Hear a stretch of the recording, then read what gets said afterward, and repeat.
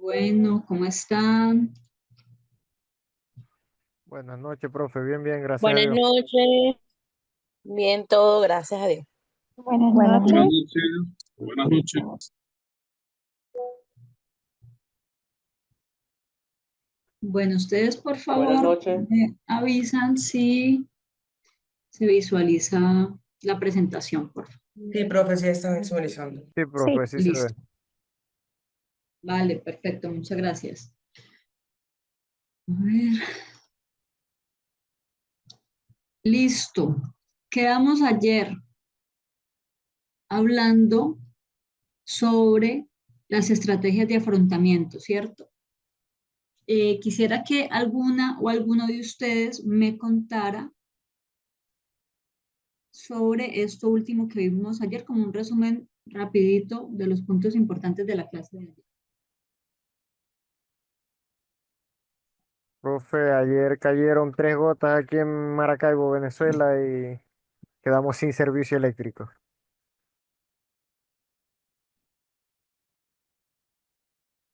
Vale,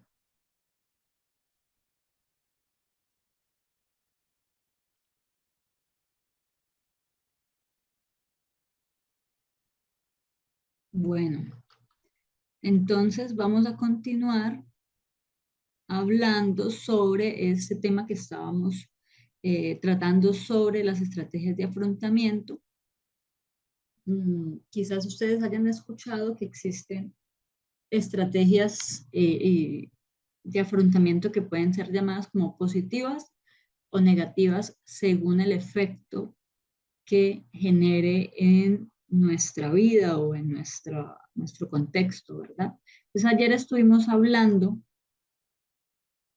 de algunas estrategias de afrontamiento que son recomendables, que son positivas para nuestra vida. Entonces hablábamos sobre recomendar el descanso, recomendar el uso de técnicas o ejercicios de respiración, compartir con la familia, con amistades, hacer algún tipo de ejercicio o actividad en términos de caminar, orar, meditar, ¿cierto? Cosas que pudiesen realizar y que decíamos también debíamos tener en cuenta el contexto, las costumbres de las personas para más o menos saber qué recomendar e incluso que habían momentos de la intervención en los cuales podíamos explorar de qué manera las personas en una anterior situación habían afrontado las situaciones de crisis para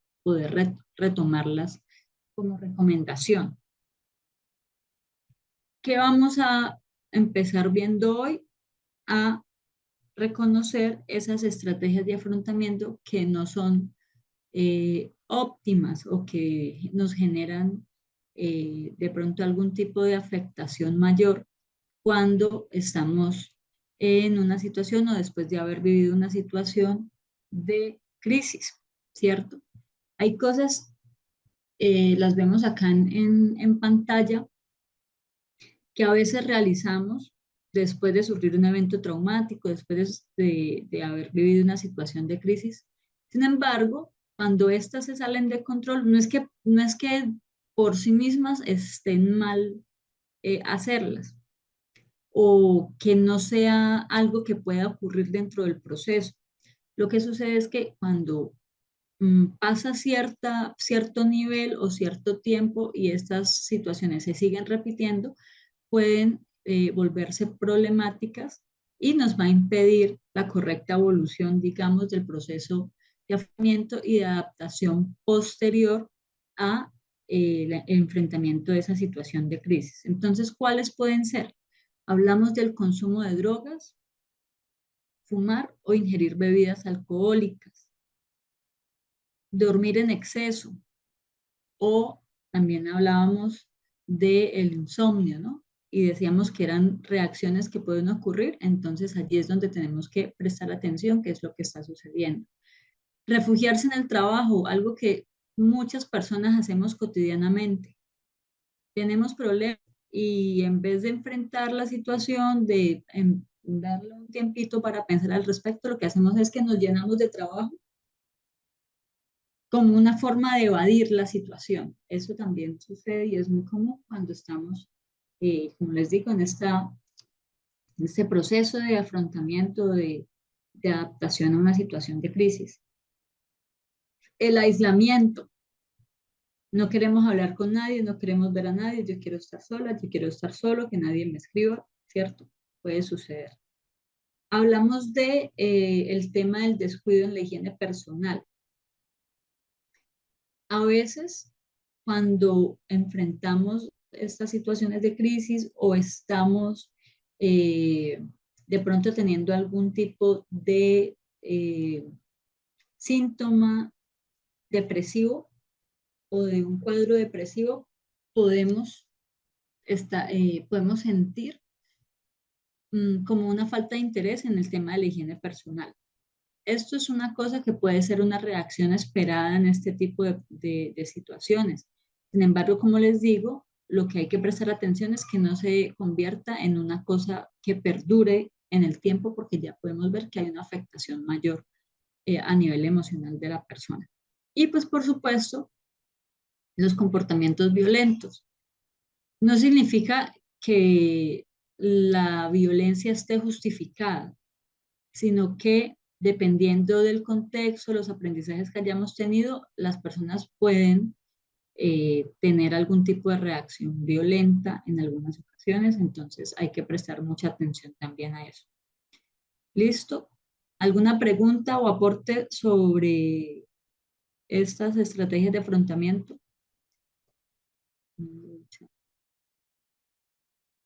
Chat. Profe, con respecto a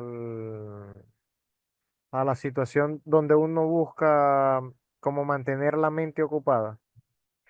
Yo había comentado el caso que me estaba pasando, incluso hoy hablé con el fiscal y me dieron una Ujú, información totalmente distinta a la que ya me habían dado y salí mm, totalmente bloqueado, literal.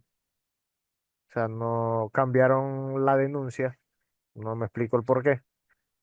Y me pusieron como el malo de la película, por así decirlo, sin yo tener la culpa, mm. sin tener nada que ver. O sea, yo simplemente lo que quise fue que la persona estuviera bien y salí como quien dice, siendo el victimario, pues.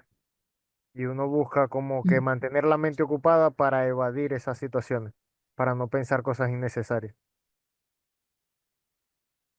Claro, y es algo que puede ocurrir, pero allí debemos tomar, digamos, mucha conciencia de hasta qué punto eso es saludable en términos de la gestión emocional que yo estoy haciendo a la situación que está pasando, porque es que, digamos, en tu caso y en el caso, pues, de cualquier persona que vive una situación que le saque de del equilibrio, ¿cierto? Vamos a probablemente utilizar este tipo de estrategias, como pensar en otra cosa, me dedico a leer, me dedico a ver televisión, a ver series, a hacer, o el trabajo.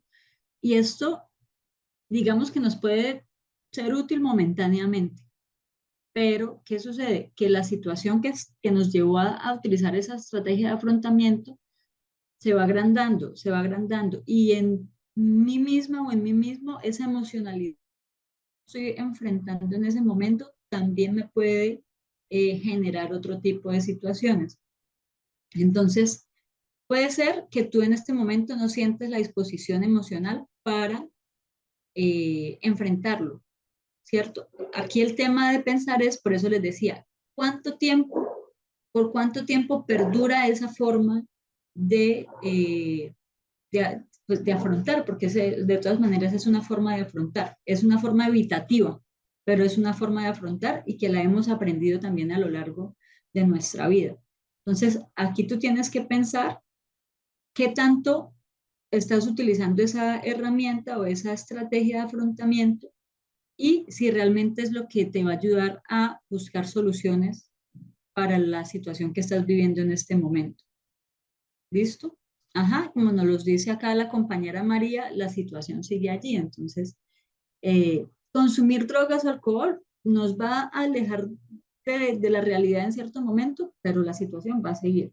Dormir en exceso o no dormir nos va a alejar un momento de la situación, pero la situación va a seguir allí. Refugiarse en el trabajo, aislarse, todo este tipo de cosas, no paran por un momento, pero la situación va a estar allí y probablemente sea una situación que se crezca.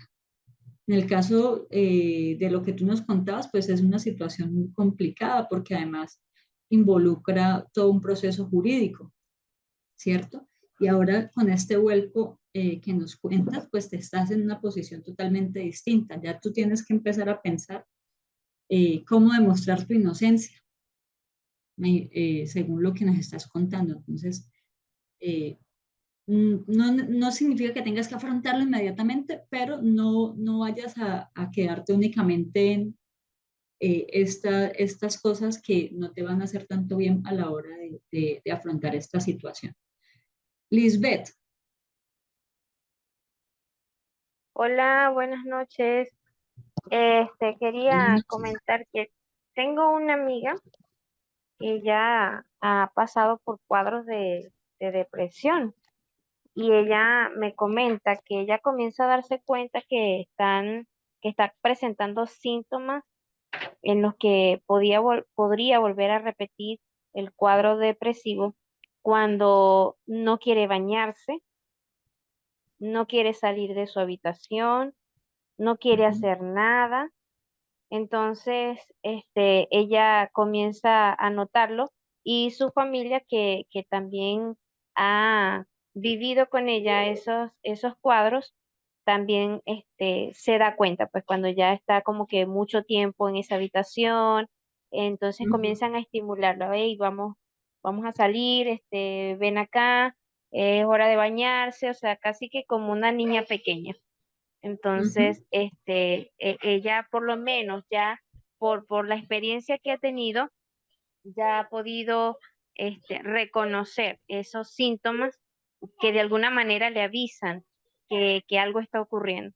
Y en cuanto al ujú, compañero, yo no escuché la primera parte de la situación, pero pienso que cuando nosotros quizás aplicamos alguna de estas estrategias de afrontamiento que usted menciona en este momento, en un momento ujú, proporcionan am, ni siquiera un alivio, podríamos decir, sino como una desconexión de esa realidad que no queremos enfrentar. Sin embargo, ujú, como decía otra compañera, la situación sigue estando allí. Entonces, es como que depende de mí alargar ese proceso que está afectando, que me está provocando esa afectación emocionalmente. Entonces, yo pienso, hay situaciones que podemos resolver, como hay otras que escapan de nuestro control. Por ejemplo, supongamos que fue una ruptura de una relación de pareja, la otra persona decidió terminar y ya se acabó. O sea, ya si eso tuvo fin, de alguna manera no puedes obligar a la otra persona que esté contigo, ni que te ame, ni que te ujú, quiera. Entonces, este, hay que procurar un mecanismo de afrontamiento que permitan solucionar por lo menos mi parte. O sea, de cómo puedo fortalecerme, cómo puedo superar la situación, cómo puedo salir adelante, porque hay cosas que escapan de nuestro control. El fallecimiento de una persona es algo que yo no puedo cambiar, ujú. que me afectó, pero no puedo cambiar. Entonces, este, era eso lo que quería comentar, pues que no es quedarse allí en esa estrategia de desconexión, sino, ok, como que Ujú. poner los pies sobre la tierra y de aquí en adelante, ¿qué voy a hacer? De acuerdo. Gracias, Lisbeth. Maje, Buenas noches. Bueno, buenas. yo quisiera agotar que considero que es importante cuando se va a hacer, cuando enfrentamos una situación tan difícil, bien sea de un trauma o una crisis, eh, acudir, ¿verdad?, al acompañamiento, asegurarse de tener a alguien que esté allí en caso de que realmente sea algo muy grave, donde nos sintamos muy, donde no tengamos la capacidad de nosotros por sí solos salir adelante.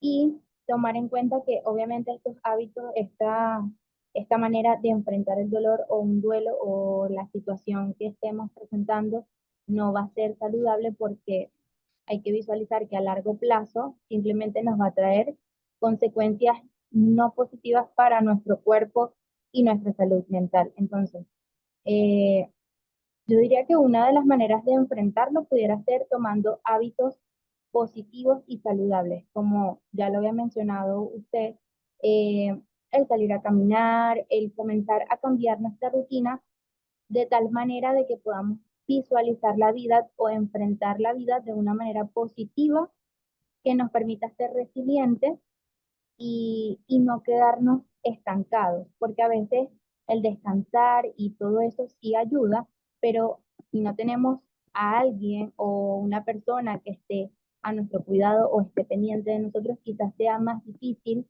que de manera voluntaria uno tome la decisión de decir, bueno, ya hoy no voy a seguir durmiendo o me voy a levantar porque tengo que hacer esto.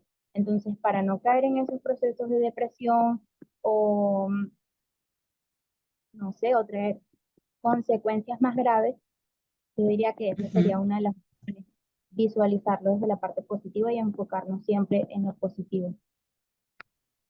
Ujú. Sí, acá por ejemplo nos preguntan en el chat, ¿cuánto tiempo es normal usarlas?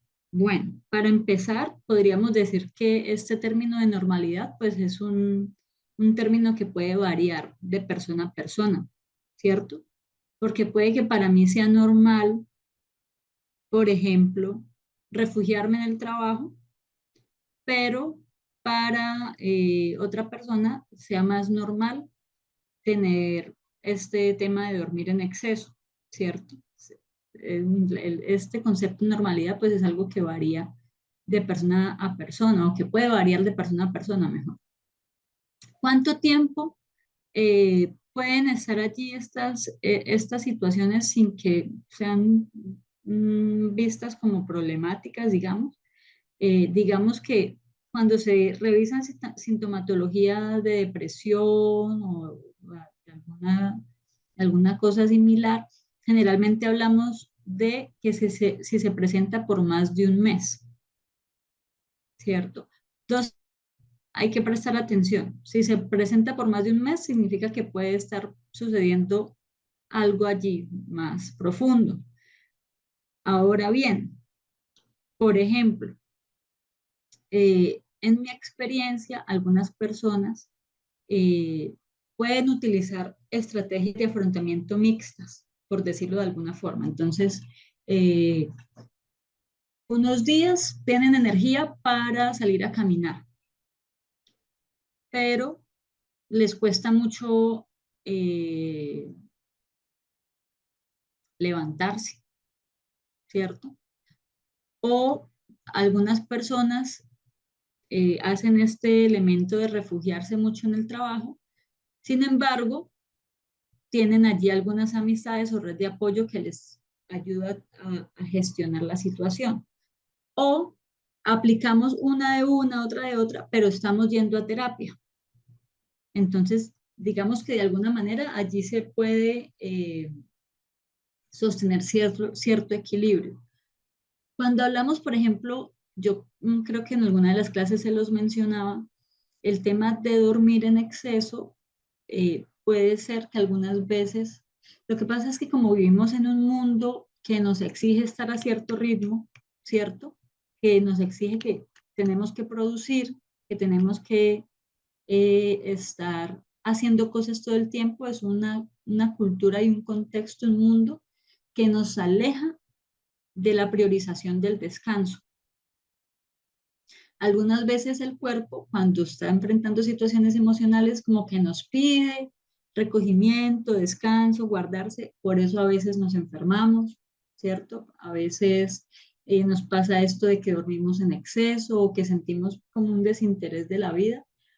Y no necesariamente es que estemos ya en un cuadro depresivo o que tengamos pues algún trastorno, sino que es, digamos, el cuerpo llamándonos un poquito a la calma o a revisar cómo vamos a enfrentar determinada situación. Entonces, allí es una cosa muy variable, es de revisar el caso. Cuando estamos pues en primeros auxilios es estar pendientes. Ahorita que vamos a hablar de la finalización de la asistencia, vamos a hablar de por qué hay que hacer un seguimiento al caso, y es precisamente esto, revisar qué estrategias de afrontamiento está utilizando la persona en ese espacio de adaptación luego de la situación de crisis. ¿Listo? ¿Alguna otra pregunta o comentario?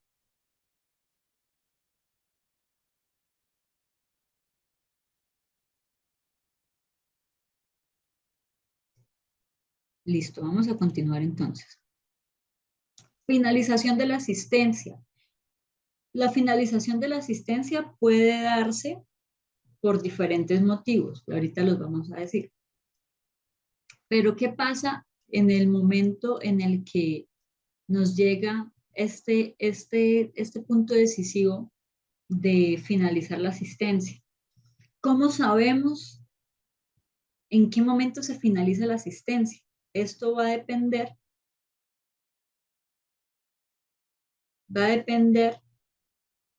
del papel que tú tengas en el momento de abordar la situación, el papel que tú has tenido en el proceso de atención como tal de la persona, ¿cierto? Y de las necesidades que estemos ayudando a cubrir de la persona o del grupo con el que hayamos trabajado.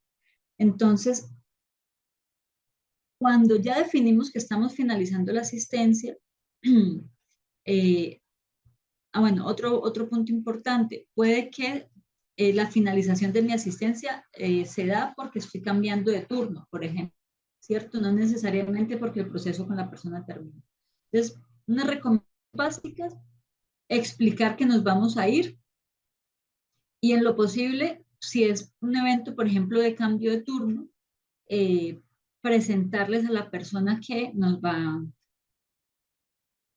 a reemplazar durante ese cambio de turno, ¿cierto? Para que pueda haber allí como una confianza, una transferencia pues adecuada del proceso. Si vamos a finalizar la asistencia, debemos también estar muy pendientes de asegurar de que si le ofrecimos otros servicios o les referimos a otro espacio, la persona tenga con claridad los datos de contacto, ¿cierto? Y que tengan con claridad conocimiento de qué es lo que van a recibir en ese otro lugar. ¿Listo?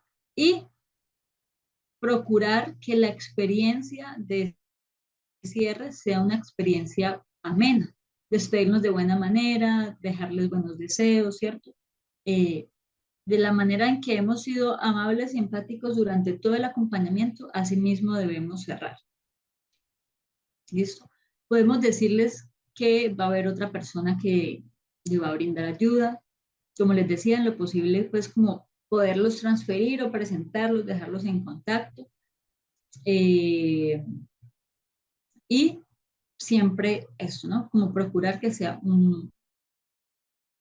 ameno para la persona y que no se vaya a convertir en otro mini trauma, por decirlo de alguna manera, el hecho de que tú te vas y va a quedar otra persona haciéndole el acompañamiento. Sí, podríamos decirlo así, Carla, porque recordemos que habíamos hablado de unos principios que nos decían observar, ¿cierto? Escuchar, eh, conectar, ¿cierto? Entonces hay unos puntos. Hay un inicio, que es ese proceso de observación que yo hago, la preparación previa que yo hago antes de ingresar, luego voy a observar, ¿cierto? Para saber el contexto, para definir, para hacer como la información que yo estoy recibiendo en el momento que llego al lugar. Y luego hacemos todo el momento de escuchar, que es, digamos, el desarrollo de la intervención. Luego vamos al tema de conectar, que es en caso de que la persona necesite otros servicios o que yo la estoy derivando, todo esto. Y luego El cierre, pues, digamos que sería este momento de finalización de la asistencia. Hay un proceso que se hace allí, ¿cierto? Entonces, como cada cosa que podamos hacer va a tener un inicio, un desarrollo, que en este momento estamos llamando este proceso de finalización de la asistencia. Ahora, ¿cuándo terminamos? Les decía ahorita, hay varias circunstancias. Una puede ser porque los objetivos que se trazaron se cumplieron. ¿Cómo podemos decir que esos objetivos se cumplieron? ¿O de qué manera puedo yo decir, sí, ya cumplí el objetivo?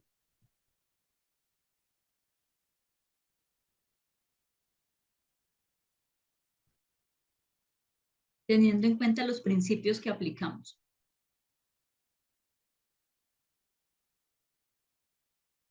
¿Cuánto tiempo dura? Bueno, pues no hay una duración estándar. Realmente esto va a depender mucho del contexto en el que estemos, del proceso que se haga. Ya allí pues tenemos que revisar directamente. Listo. ¿Cómo puedo decir yo que se han cumplido los objetivos?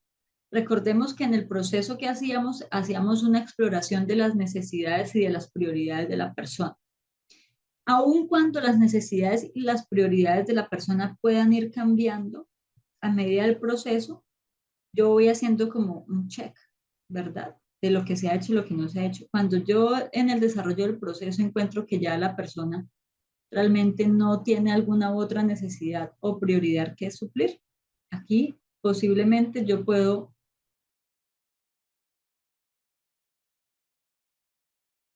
que alzó la mano, pero se me acaba de borrar.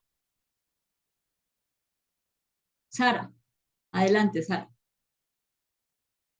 Sí, como usted estaba diciendo, ya notamos que las necesidades básicas ya las hemos logrado atender y también cuando notamos que la persona ya no está en un momento de crisis, sino que está más calmada.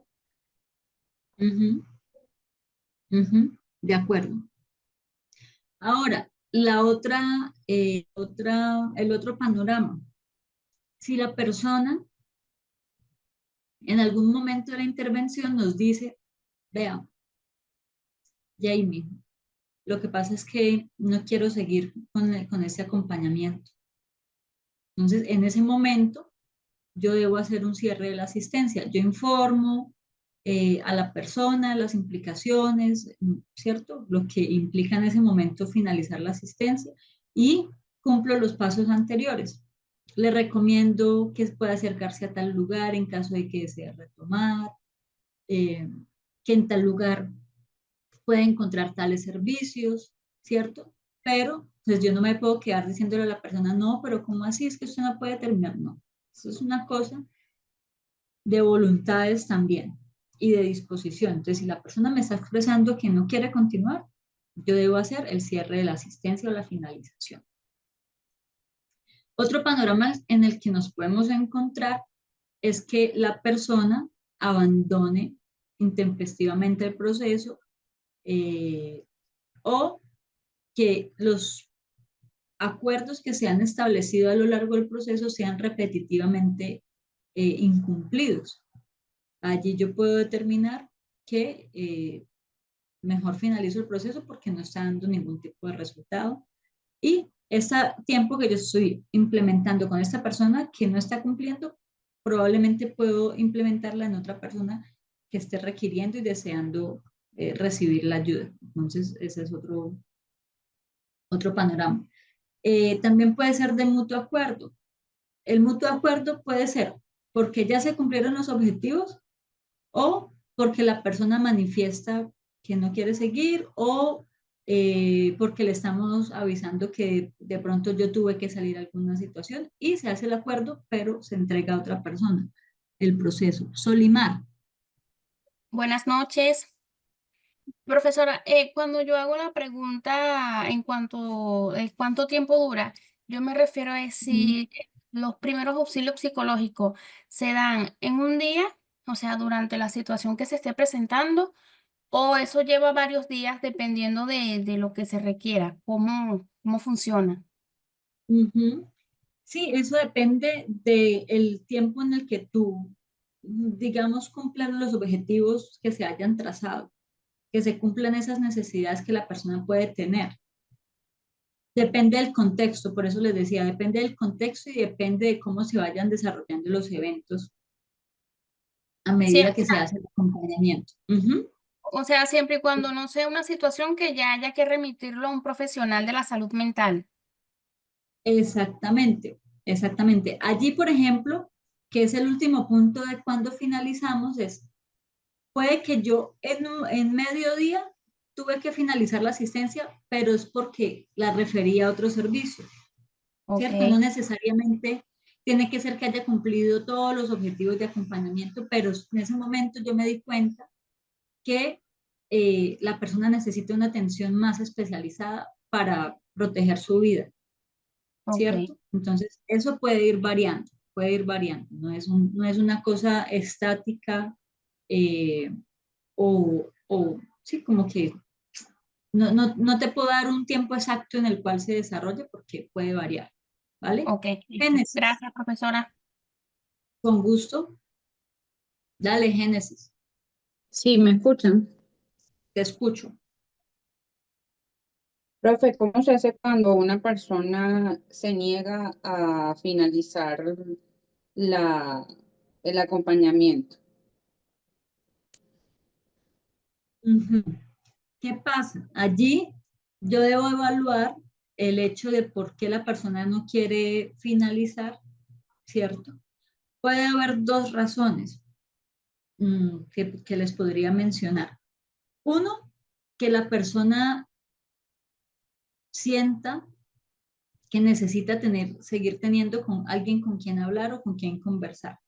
Si ese es el caso, eh, pues yo lo que debo hacer allí es remitir para que la persona pues pueda tener un espacio más especializado.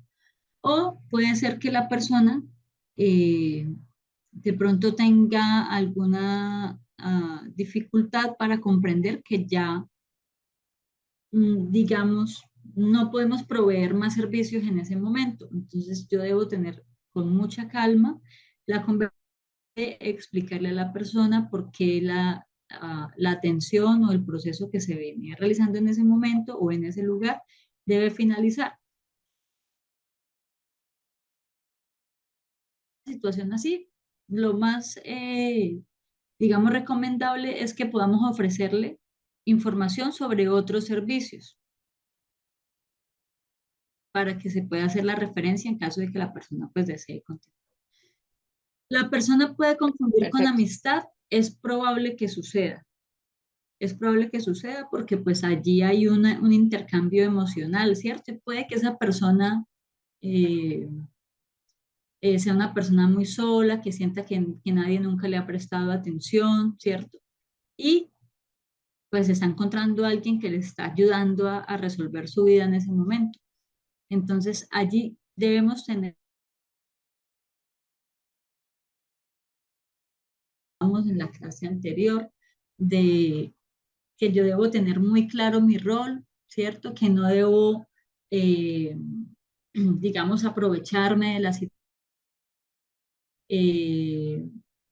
Puede que en otro contexto más adelante una se encuentre con esa persona y surge algún tipo de amistad o un contacto de pronto más estrecho. Sin embargo, en ese momento, eh, no es lo mismo que tú estés demostrando una actitud amistosa con esa persona a que tú seas amiga de esa persona. Entonces, allí debemos pues ser muy cuidadosas también con el encuadre que hacemos en esa situación. Hay personas, mmm, quizás que tengan una sensación de enamoramiento. Incluso esto puede pasar también en los procesos de terapia psicológica, porque cuando hay estos procesos emocionales, mm, puede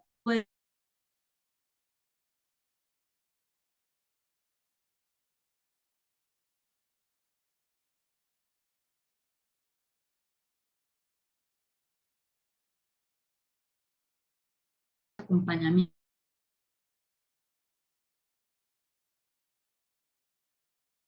Profe, se le está cortando la voz. Porque yo soy la que estoy en calma y la otra persona está en una situación de estrés emocional. Entonces, yo tengo una posición de poder, estoy en una situación distinta a esa persona y si yo tengo una mala intención, eh, hola, ¿ahí me escuchan? Sí, ahora sí.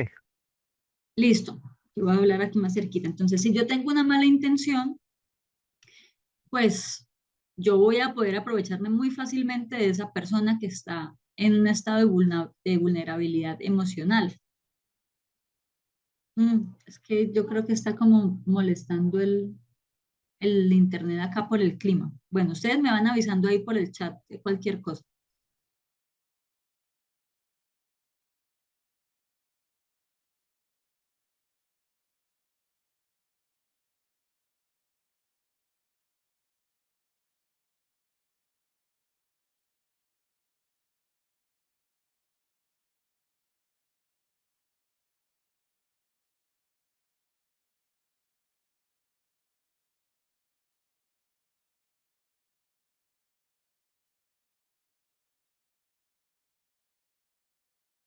Profe, está congelada, profe. Desarrollando algún tipo de sentimiento. Ay, se cayó. Sí, se había caído, quedó en silencio. Ahora es que se está volviendo a escuchar.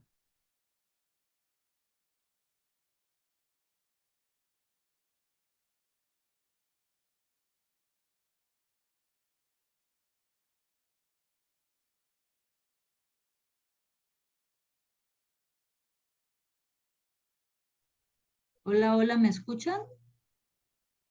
Ahora sí. Ah, se me cayó el internet. Listo, voy a volver a proyectar. Si es un familiar y está pasando por una situación, ¿puedo realizar la intervención como conocedora de los primeros auxilios psicológicos?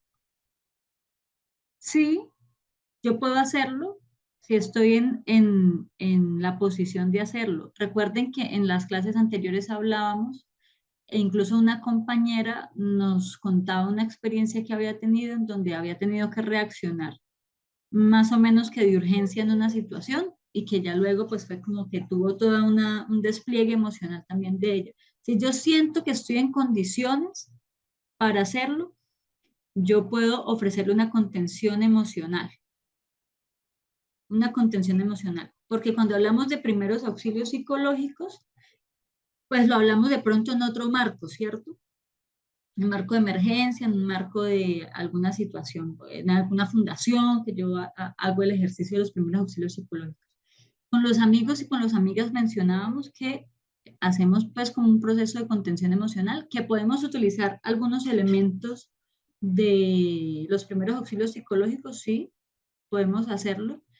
Mm, porque recordemos que esta no es una intervención psicológica ni una terapia psicológica ni nada de eso, donde sí existen ese tipo de restricciones, ¿cierto? Yo como psicóloga no puedo hacerle terapia a mi mamá, ni a mi hermana, a mi novio, nada de eso. Pero como esta es una intervención que se da en otro marco, o unos elementos que se dan en otro marco, pues si yo siento desde mi autoconocimiento que puedo realizarlo y que puedo hacer ese acompañamiento con tensión emocional, pues yo puedo hacerlo.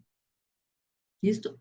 No sé, puede que haya personas que digan que no, ¿cierto? Pero pues yo diría que sí, yo lo he hecho con mis amigas. Incluso alguna vez alguna me llamó que estaba en medio de un ataque de pánico y sabía que yo era dentro de su círculo la única que sabía primeros auxilios psicológicos. Ella me llamó y yo le hice los primeros auxilios psicológicos por teléfono. Entonces, pues en mi experiencia, yo diría que sí. Ya va, como les digo, lo único que sí les recomiendo es que ustedes pues tengan plena conciencia de que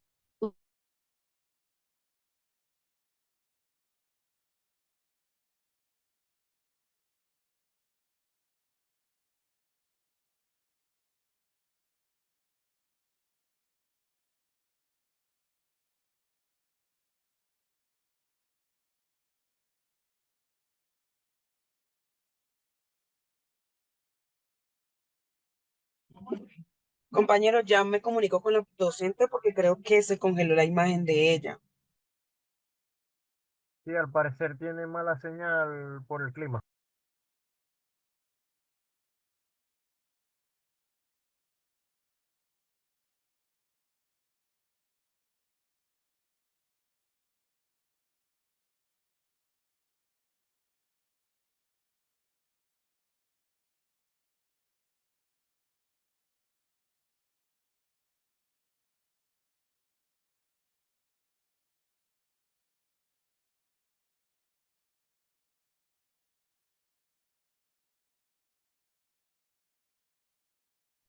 Compañeros, demos unos 5 minuticos que la profesora está tratando de cambiar de internet del teléfono al computador para volver a clase.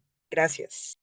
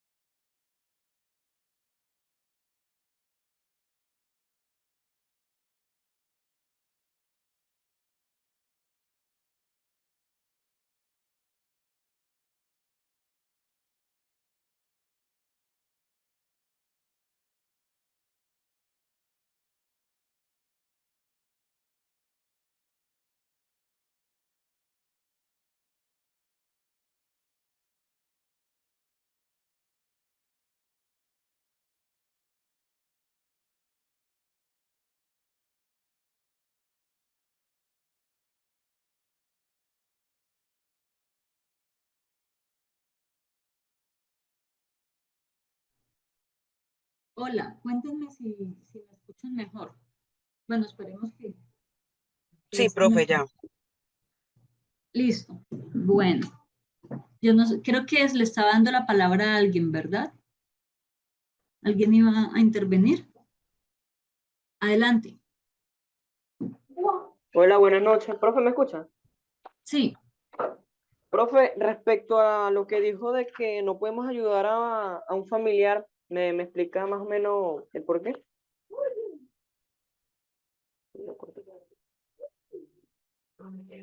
Porque no debe de haber vinculación familiar ni sentimental al momento de realizar alguna consulta.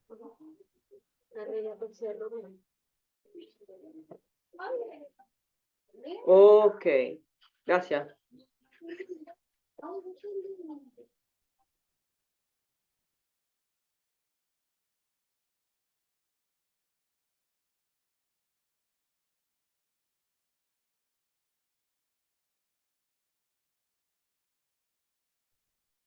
hola,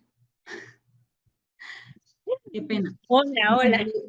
les decía que tengamos en cuenta que esta restricción o esta pauta ética existe desde mi quehacer como profesional en psicología, ¿cierto? Digamos, no puedo ofrecer terapia por pauta ética a personas que estén involucradas conmigo de una forma directa, ya sea consanguínea o en un vínculo de amistad o de pareja, ¿cierto? Ahora, yo les decía, en términos de primeros auxilios psicológicos, yo y ahí mis alas puedo decir que si yo me siento en condiciones de hacerlo, puedo hacerlo con un familiar o con un amigo o amiga, ofrecerle ese proceso de contención emocional, ¿cierto? O con mi hijo, con mi hija, bueno, con alguna persona cercana. No sé, es posible que alguna otra persona que trabaje primeros auxilios psicológicos diga que no. Puede ser. Yo pienso que sí podemos siempre y cuando tengamos la claridad de que tenemos la posibilidad de asumir esa situación emocional de la persona a la cual vamos a acompañar sin que me genere a mí una activación emocional también, ¿cierto? Porque allí pues ya nos pondría un poco en jaque el estado de calma y todo eso, pues va a ser más difícil que la otra persona esté en calma si yo estoy fuera también de mis cabales, ¿cierto? Entonces, mucho autoconocimiento, como lo hemos dicho, para poder tomar ese tipo de decisiones. Y más si quizás estoy en un momento donde nadie más lo puede hacer, que es muy probable que ocurra, ¿cierto? Si sucede en mi casa, en mi familia, si estoy, entonces, eh, ujú, exacto, Lisbeth, así es. Entonces es saber hasta qué punto yo soy capaz de manejar una situación allí, es lo que podría yo decir al respecto. Como les digo, puede existir alguien que diga lo contrario, ya depende pues de ustedes qué postura tomar y es que saber, como les digo, qué tan capaz me siento de hacer determinada acompañamiento. Maje, adelante. Profe, que evaluando que los primeros auxilios psicológicos son un cuidado y apoyo no intrusivo y es algo Ujú, más como acompañar a la persona, tratar de buscar el bienestar de esa persona y así como usted lo comenta, hay que evaluar también la situación, dependiendo del contexto, ver qué capacidades tenemos nosotros para brindar ese apoyo o brindar esa ayuda, porque la idea es que nosotros seamos objetivos al momento de abordar a la persona. Y si de por medio vamos a dejar que la situación nos afecte a nivel emocional, que nosotros nos dé ira o nos molestemos o algo, quizás en vez de ayudar vamos a perjudicar más a la persona e inclusive las emociones pueden influir en la toma de nuestras decisiones y cómo nosotros vamos a ver las posibles soluciones. Es decir, eh, quizás si la persona con la que tuvo un problema me cae mal, entonces, no sé, lo ujú. puedo tomar por un lado que no sé cómo explicarlo, pero sí que Sí, sí, refiriéndome sí, te a que entiendo.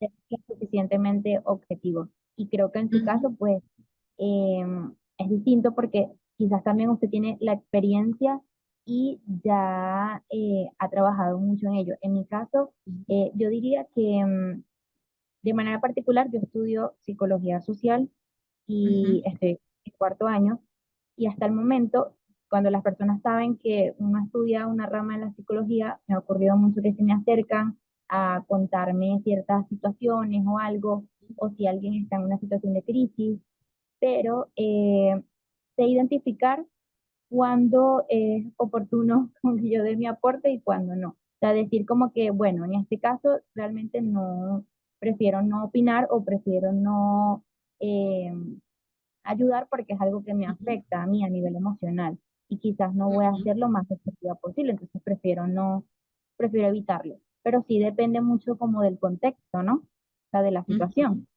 ujú, exacto. Sí, aquí la compañera nos ha dicho algo muy clave y es algo que hemos reiterado a lo largo del proceso de formación y es el tema de desde el autoconocimiento, yo necesito evaluarme, saber yo hasta qué punto puedo avanzar en un proceso o acompañar. Si yo sé que hay alguna situación que me genera una activación emocional o que pone en jaque mis límites, eh, algún, algún prejuicio, alguna idea preexistente o está en contravía de mis principios éticos, pues yo debo evitar hacer ese acompañamiento de primeros auxilios. Por eso les decía ahorita, si yo siento que estoy en condiciones, yo creo que lo podemos hacer.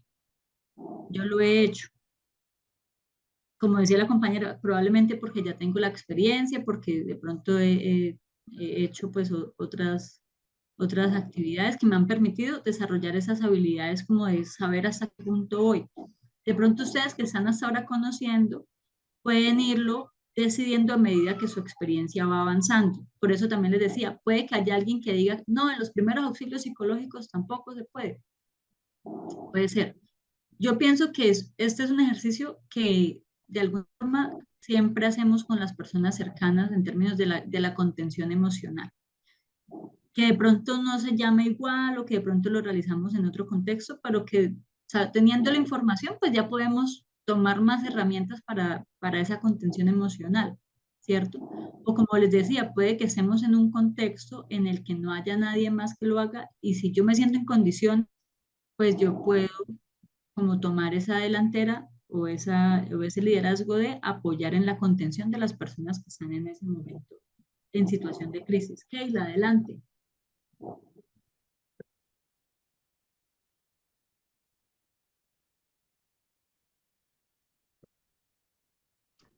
Buenas noches, Ah, que yo también se me congela cada rato la pantalla. dale. Sí, quería mencionar eso, ¿no? Que realmente como contención emocional creo que a la final nos ha tocado a muchos porque no te queda otra opción. O sea, nosotras, por ejemplo, somos dos hermanas y hace 3 años perdimos a ambos padres con 5 meses de diferencia. ¿Sí me escuchan? Sí, yo te estoy escuchando. Ajá. Y bueno, somos dos hermanas nada más y me tocó siempre, aunque soy la menor, me toca a mí reaccionar y hacer las cosas y tratar de calmar a mi hermana porque mi hermana se vuelve, o sea, en momentos de angustia, de estrés emocional, ella se pierde totalmente.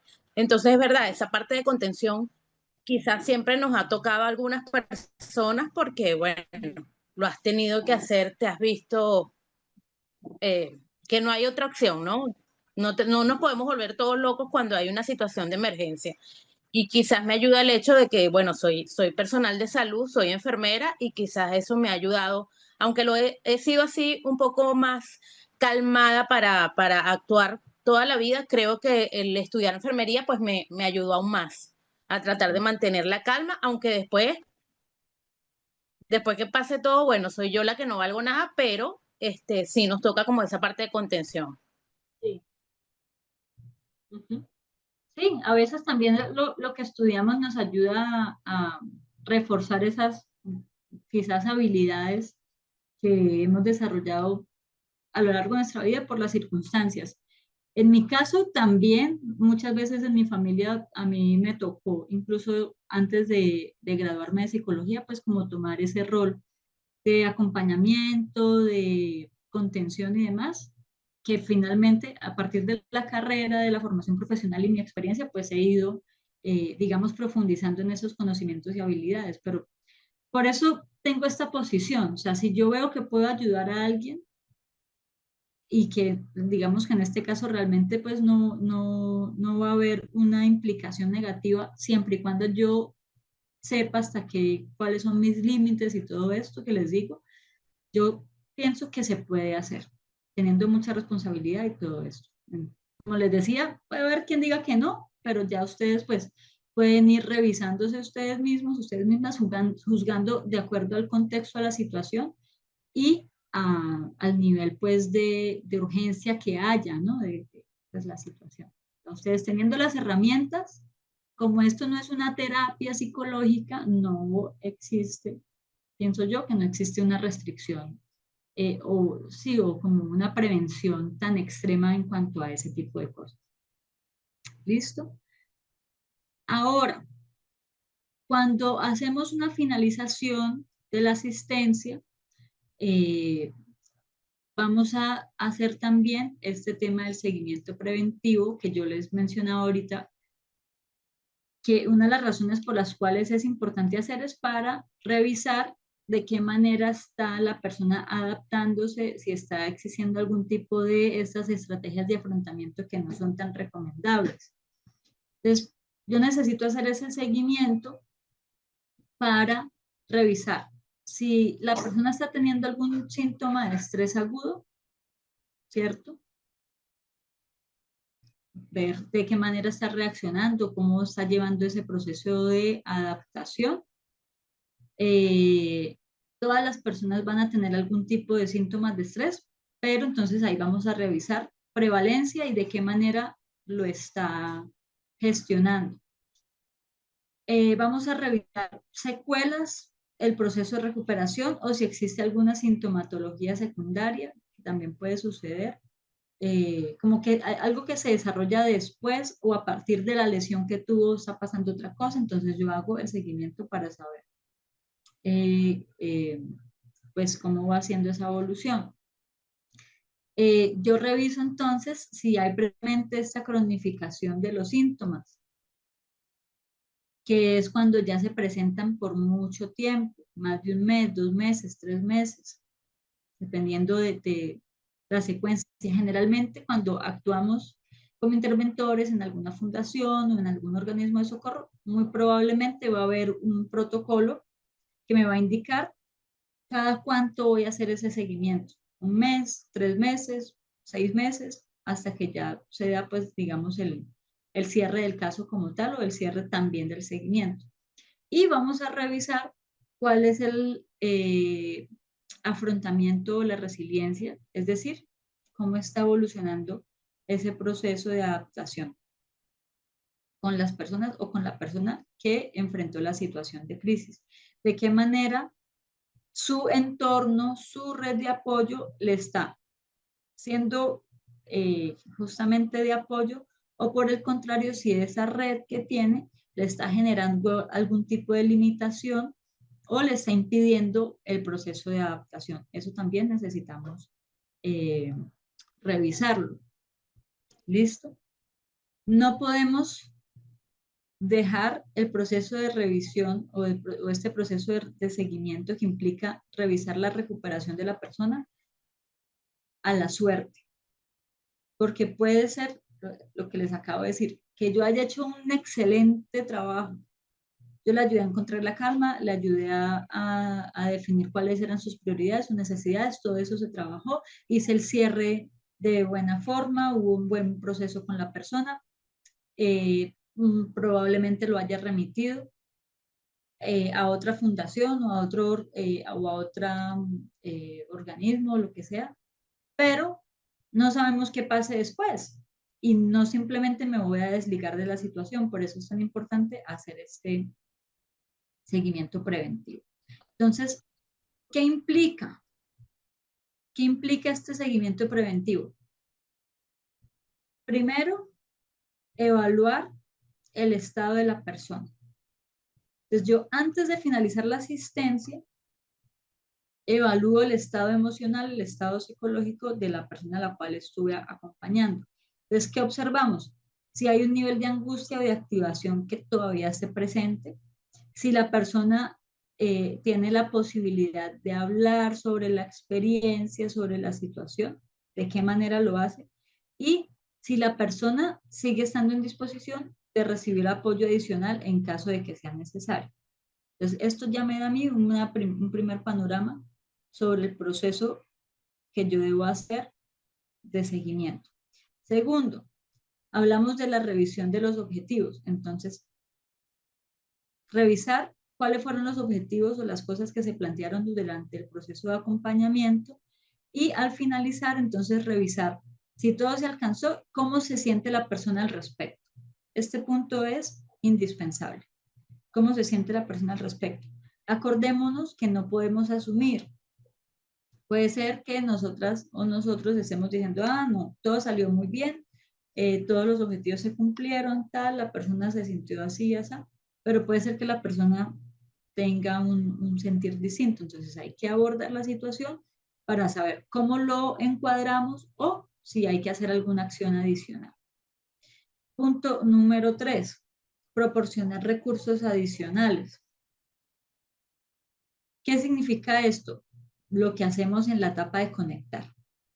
Como retomar un poco eso, ofrecer información nuevamente sobre los recursos existentes, si hay alguna línea de ayuda, si hay algún grupo de apoyo, si hay servicios profesionales para la salud mental, dependiendo de lo que haya manifestado la persona, y podemos ponerle sobre la mesa como que si necesita otra vez algún tipo de orientación, puede ir al lugar, no sé, a la fundación, al centro de tal, donde recibió la ayuda que estamos cerrando en ese momento.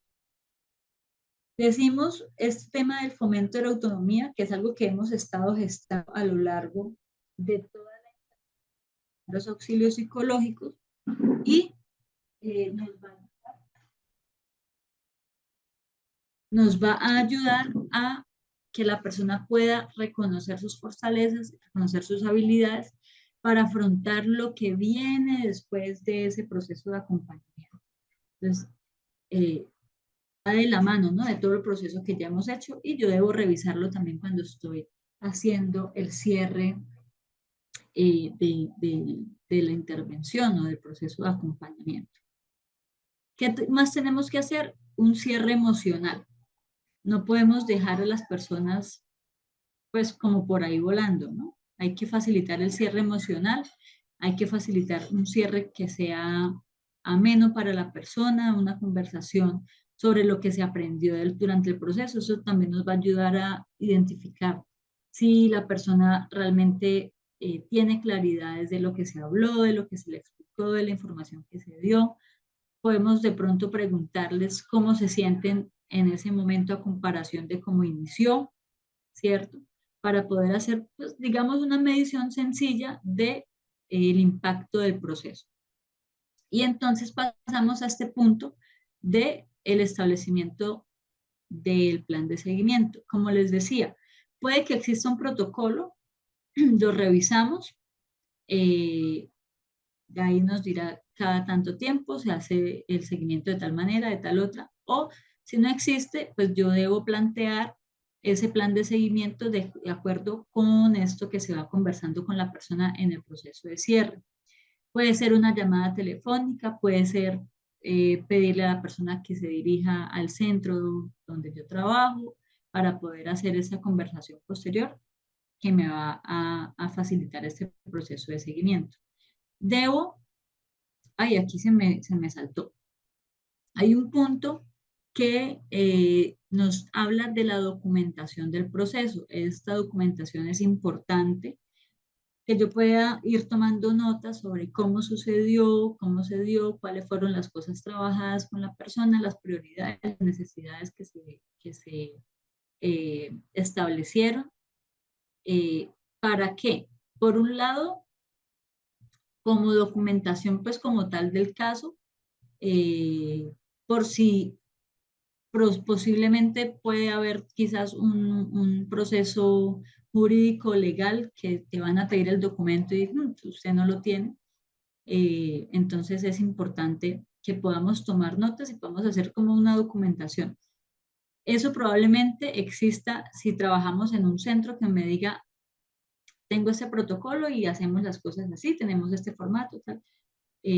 O si no, si llegamos como voluntarios o voluntarias, pues yo debo preguntar cómo se maneja ese tema de la documentación para no ir a tener algún inconveniente con ese proceso.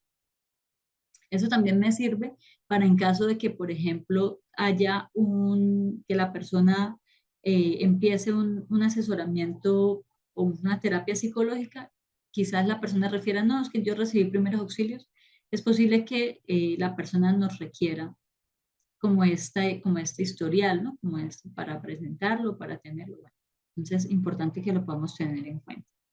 La sensibilidad cultural. Considerar las diferencias culturales, las diferencias personales para el proceso de finalización es vital. Yo aquí tengo que explorar también cuáles son las creencias o prácticas culturales que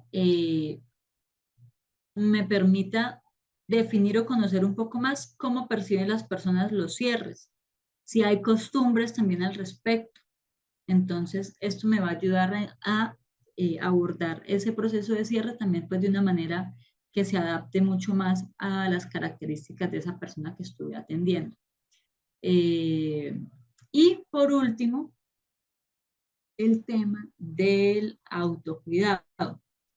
Acá, importante, quienes somos interventores, quienes brindamos los primeros auxilios psicológicos, también debemos cuidar nuestro propio bienestar emocional.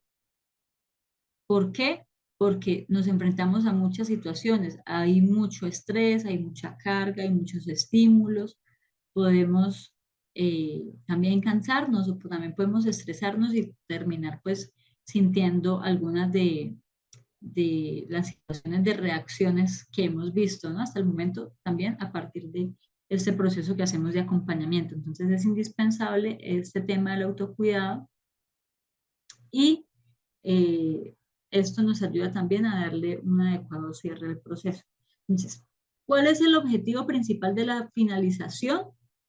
asegurar que la persona se sienta apoyada, se sienta preparada para continuar ese camino que viene de recuperación, habiendo entendido, habiendo reconocido, recuperado los recursos que cada persona tiene, como esta fuerza que nos da la resiliencia y todo esto, ¿no? Todo hace parte, pues, digamos, de una forma integral.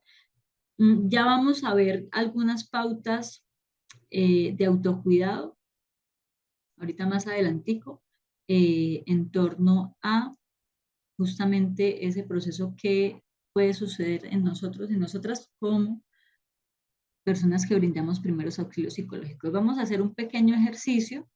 ¿Ustedes recuerdan los casos que trabajamos en el taller el fin de semana?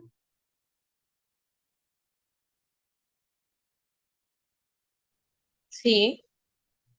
Sí, Listo. profe. Muy bien. Entonces, vamos a hacer un ejercicio muy sencillo con esos mismos casos. Cada uno y cada una va a elegir uno de los casos, el caso de Carlos, el caso de Ana o el caso de Juan. ¿Listo? Vamos a elegirlo.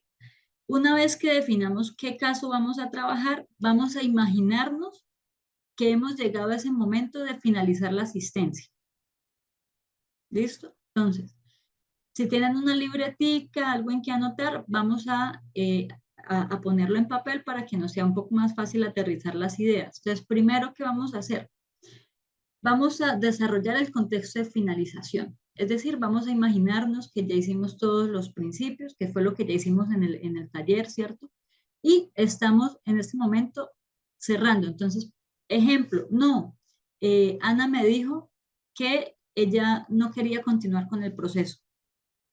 O Juan me dijo que ya se siente mucho mejor, entonces él siente pues que ya los objetivos se cumplieron, que esto, que lo otro, y de común acuerdo el proceso va a terminar. O no, yo tuve que derivar a Juan a un servicio más especializado de psicología porque definitivamente él se puso muy mal, ¿cierto? Entonces, elegimos el caso, desarrollamos el contexto de finalización, hacemos un contexto chiquito así como estaba en el caso y a partir de ese contexto vamos a escribir un guión de cómo abordaríamos ese proceso de finalización de la asistencia. Vamos a tener 15 minuticos para eso y luego algunos de ustedes que quieran nos cuentan cómo hicieron el ejercicio que pusieron en el guión. ¿Les parece bien? Tiene que ser de la finalización entonces. Eso es lo central. De la finalización, exacto. Teniendo o partiendo de lo que ya tenemos, con que ya habíamos trabajado con esos casos. Entonces, 15 minuticos, son las y 42, así que a las 9, cuando cambie de hora, mejor dicho. Igual aquí voy a estar pendiente. Listo, por aquí veo 2 listos. Entonces, ¿quién quiere iniciar compartiendo el trabajo? Dale, Claudia. Hola, buenas noches. Bueno, ¿me escucha? Sí, ok. Yo decidí agarrar el caso de Ana, ¿no? Le pregunté sobre si podíamos hacer una especie de historia porque la verdad se me hizo como que un poco complicado desglosarlo ahorita, ¿no?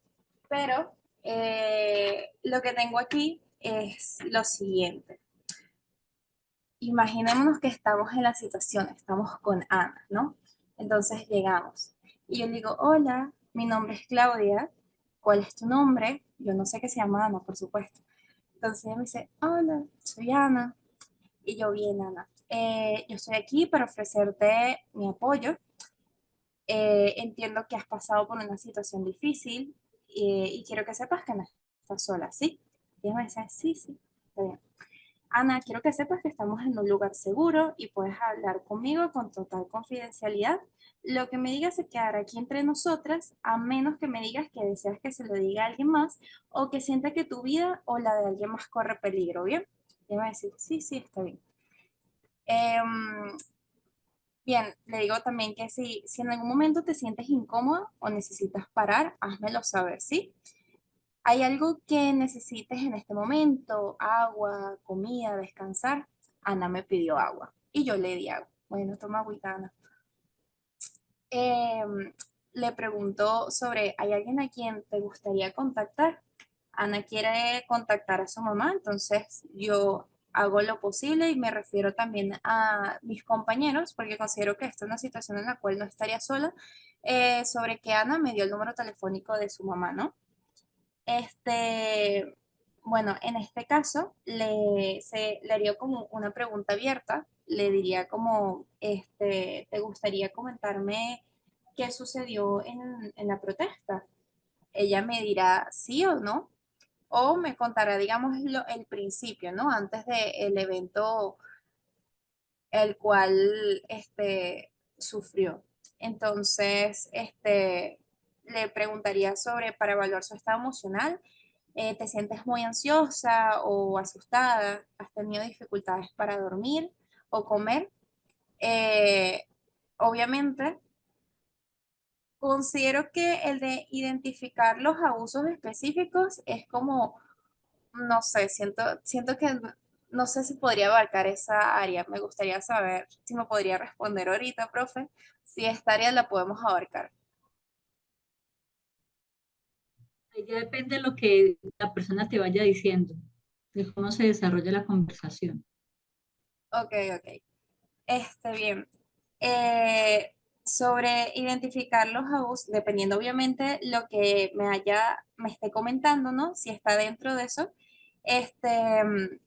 preguntaría sobre si hay alguien que le dijo o hizo algo que le hizo sentir incómoda, asustada, y por ahí digamos que puedo ir escalando para no ser como muy, que no se sienta muy, que yo esté muy encima de ella, ¿no? O que le quiera sacar información sí o sí. Y por supuesto dejar que esta persona me indique la información al ritmo que ella desee, ¿no? Este, Diría que brindaría el apoyo sobre normalizarle las reacciones, ¿no? Ya que Ana se encuentra en un estado de shock. Entonces, le comentaría que lo que estaría experimentando son reacciones normales ante una situación traumática, de que ella, por supuesto, no está sola. Si hay algo que ella le ayude para lograr calmarse en situaciones en donde son en situaciones difíciles, le diría que, bueno, dependiendo del estado, le diría, bueno, podemos practicar algunas técnicas de respiración y relajación si te sientes muy ansiosa y la acompañaría en esas técnicas de respiración. O por supuesto, le proporcionaría esta información sobre otros entes y sobre organizaciones que puedan brindarle un apoyo legal y psicológico en caso, por supuesto, de esto. Sé que el tema de, digamos, el caso de Ana específicamente, había mucha censura y falta de comunicación, o sea, el tema de redes sociales, pero entiendo que a Ana la atendimos después de que ella saliera también de, digamos, de estar encerrada. Entonces, creo que la ayuda más bien en el apoyo psicológico va de la mano. Le preguntaría si le gustaría que le diera información a alguna de ellas, en caso de que su mamá pueda encontrarse con nosotros y poder, digamos, que hablar con la mamá. Le educaría sobre digamos que si tengo información sobre estos centros, ¿no? De ayuda psicológica para que ella pueda, digamos que en el momento que se sienta preparada, ir a terapia o algo por el estilo, que un profesional de la salud específicamente la pueda como que dirigir, ¿no? Porque, bueno, aquí, por ejemplo, en Venezuela, en el momento de la cuestión esta que hubo, había muchas páginas tanto de Instagram como de WhatsApp y muchos centros de ayuda psicológica que estaban abiertas las 24 horas para las personas que se sintieran muy ansiosas. Entonces considero que esto sería como algo importante para ella, incluso para la mamá, porque tal vez tampoco su mamá pueda saber cómo abarcar la situación y, y mismos familiares les pueden ayudar a ella. Entonces, bueno, planificar un seguimiento, diría que, bueno, sería bueno que pudiéramos hablar de nuevo. ¿Te parece si nos volvemos a ver? Te puedo dar mi número de teléfono por si necesitas hablar algo más o si necesitas hablar con alguien. Por supuesto, su seguridad es principal. Si hay un riesgo o un daño hacia su persona, pues obviamente tengo que contactar a las autoridades. No evitaría, por supuesto, minimizar sus experiencias, juzgarla, ser, por supuesto, muy paciente y respetuosa. Y bueno, nada, es importante buscar esa ayuda profesional. Es lo poco así que pude rescatar de esto. Gracias. Gracias, Claudia. Listo. Eh, recordar, pues con respecto a la pregunta que me hacías, que cuando hablábamos del proceso de escucha y demás, decíamos algo muy puntual y es que el proceso no se trata de un interrogatorio. Nosotros y nosotras no estamos en ese momento como en función de reconstruir los hechos, ¿verdad? Por eso te decía que hablar de lo que ocurrió como tal allá depende de cómo se desarrolle la conversación, de las cosas que en ese momento la personaje Ana te pudiese compartir a medida que va avanzando la situación. Si ella te comparte, es que me pasó esto, me pasó lo otro, de pronto ya tú puedes explorar un poco más cómo se siente ella al respecto, si hay algo que le preocupa o que quisiera hacer con respecto a eso, para volverlo o definir qué prioridades y qué necesidades hay allí. Pero pues recordemos, no vamos a preguntar el orden en que sucedió las cosas, quién, cómo, por qué, nada de eso, para evitar revictimizaciones y para evitar pues como que si ella luego va a iniciar el proceso jurídico, pues va a tener que repetir, ¿no? Allá pues en ese momento, como si necesitan investigar, le van a preguntar, a menos que ella voluntariamente te empiece a contar la situación. Entonces allí yo les recomendaba, tengan unas noticas para que puedan, tú le puedes decir, ya que tú me estás contando esto, me estás compartiendo esto, te gustaría que tomáramos nota para que en dado caso puedas reconstruir tu versión a partir de lo que me estás contando en este momento. Ella te dirá sí o no, pero siempre recordemos dándole la opción de elegir a la persona. ¿Listo? Lisbeth, adelante. Me tomó por sorpresa.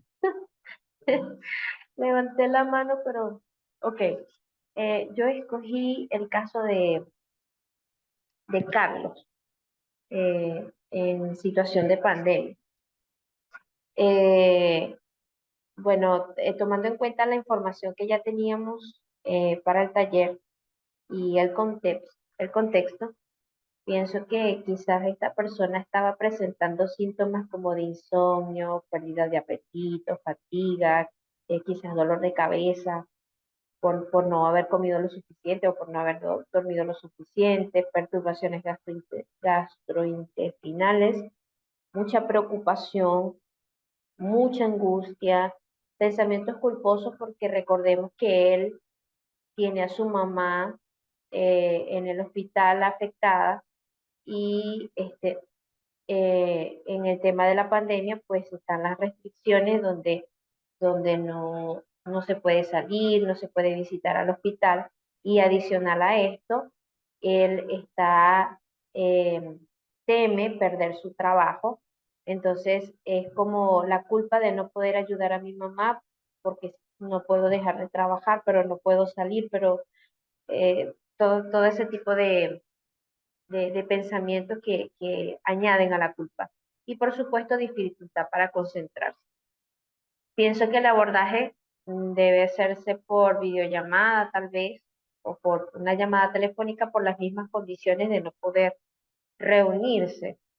Entonces, en este caso, pues, como en todos los casos, hablar con mucha calma, con lentitud, por supuesto, preguntarle si desea recibir ayuda y comenzar con preguntas básicas como que cómo se llama, si está acompañado con alguien más allí, si vive con alguien más, de pronto si es casado, si tiene hijos o si tiene alguna mascota, este, cómo se siente físicamente o emocionalmente, que le angustia. Y en la medida que él vaya respondiendo, pues eh, no le puedo prometer que su mamá va a estar bien, no le puedo decir que su mamá está bien o está mal, pero sí puedo señalar el hecho del esfuerzo que está haciendo todo el personal de salud para brindar atención a los pacientes que están llegando y también, por supuesto, validar sus emociones, es decir, que es natural sentirse de la manera que se siente, que comprendo la preocupación que puede sentir, este, eh, que estamos allí o que estoy allí para poder escucharle y poder acompañarle en ese momento. Eso sería en la parte del abordaje. Sin embargo, en cuanto a la finalización de la asistencia, eh, pienso que en un primer momento Carlos pudo conservar la calma, sin embargo, asumiendo o presumiendo que él tenía quizás en el fondo una radio encendida, una televisión con las noticias, que en estos momentos lo que hacen es eh, aumentar la presión, por supuesto la incertidumbre. Entonces, de alguna manera él estaba distraído en escuchar esas noticias, tal vez está conectado también a redes sociales que saturaban de información. Entonces, por la incertidumbre de que cuánto tiempo va a demorar esta forma o esta pandemia, las restricciones, no puedo salir, entonces comienza a retomar esos pensamientos, entonces percibo que hay una cronificación de los síntomas iniciales y en cierta medida él se niega a cumplir con los acuerdos preestablecidos. Entonces, en este sentido, tomando en cuenta los pasos para la finalización, evaluando el estado del individuo, Carlos no logra salir del cuadro emocional de angustia y estrés, pese a la ayuda que se le quiere ofrecer. En segundo lugar, en cuanto a la revisión de los objetivos, pensé a que al un inicio hubo cierto avance, no se consiguieron los objetivos de que pudiera conservar la calma, de satisfacer las necesidades iniciales, entonces se decide que lo mejor es remitir a un profesional. El siguiente paso, proporcionar los recursos adicionales, pues podría informarle acerca de la finalización del proceso de acompañamiento porque no está siendo productivo o provechoso, y en ese sentido procedo a darle información de contacto, número telefónico, redes sociales de aquellas ONG que están ofreciendo atención especializada las 24 horas al día a las cuales él se puede comunicar. Inclusive, si él profesa alguna fe, puedo ofrecerle información de algún centro religioso que esté ofreciendo acompañamiento espiritual en ese momento, que los hay. Y igual manera, recomendarle que él mantenga el contacto frecuente con sus familiares, con sus amigos, que no se aísle y que si desea, allí voy a estar atenta si desea contactarme nuevamente para retomar el acompañamiento.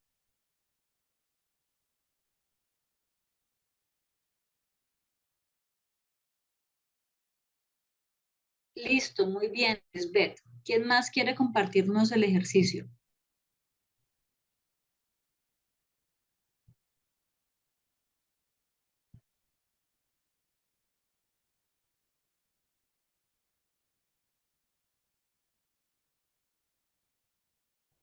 Por acá no veo nada. ¿Quién más? ¿Quién más? Una persona más para que podamos continuar. Keila, dale, Keila.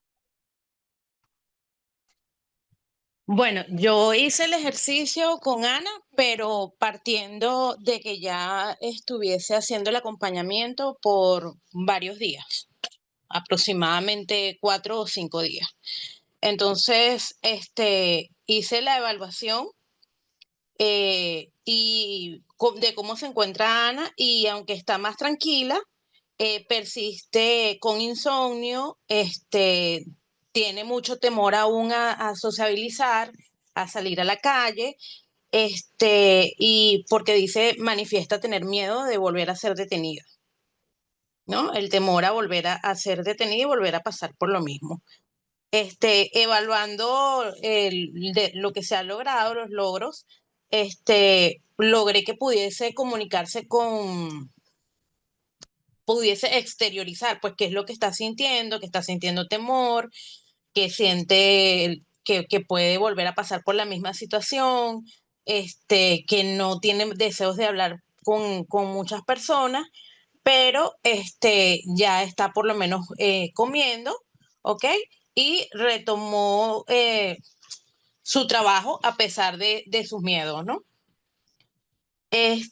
Y bueno, creo, evaluando la situación y que ya tenemos varios días, pero que aún ya persiste la parte del insomnio y el temor que puede producir mucha ansiedad, creo que lo mejor es referirlo con una psicóloga. Y en esto le proporciono entonces, y la pongo en contacto con varias ONG, ¿ok? Que tienen ayuda psicológica de forma gratuita y que, bueno, a ella la pudiesen ayudar. Igual como en mi compañera anterior, también la animo a que si profesa algún tipo de religión, pues ponerla en contacto con grupos de apoyo que se encuentren en su localidad, en alguna iglesia, pues de la comunidad en la que ella asiste. Y bueno, la animo a que a que asista a esas reuniones y vaya con algún grupo de estos de ayuda en la ONG que le puedan brindar más auxilio psicológico para manejar mejor esa ansiedad que ya está persistiendo. Eso fue lo que hice, profe. Muy bien, gracias, Keila. Por aquí veo a Valeria. Adelante, Valeria.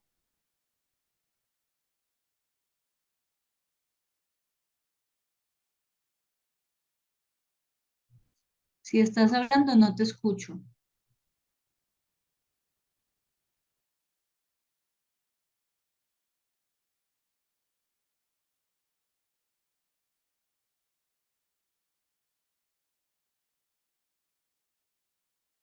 Hola.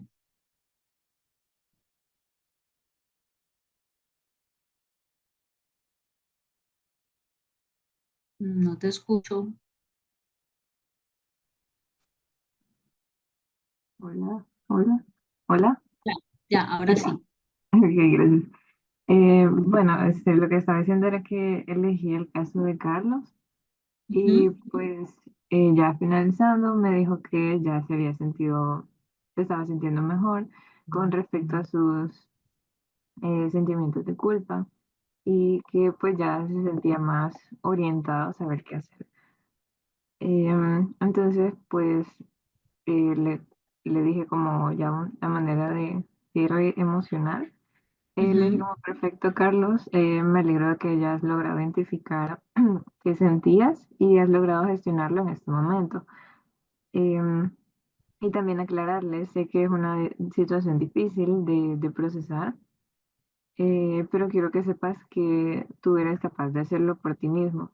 Y ya habíamos practicado previamente un ejercicio como de mindfulness, de respiración, relajación, para ser consciente del momento.